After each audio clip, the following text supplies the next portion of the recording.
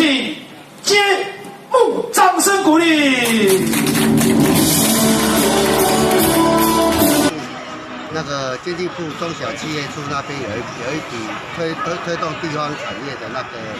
经费，所以我们来办这场活动。那我们的商圈的范围不只是北港朝天宫，我们包括连武德宫这边整个范围内都是，所以2块钱用他的悠游卡或是那个台湾配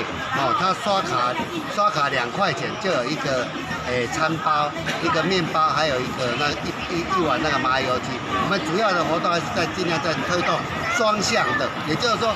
商家与消费者之间的那一种无现金支付的使用方式。现在的推判我们最优秀的古迹导览的检视组的总干事洪忠杰所领导的一个导览的职工，在为各位服务。所以各位导览我们变得有包括信用卡、电子票证及目前比较大型的第三方支付都可以支援。然后希望呢能够配合政府的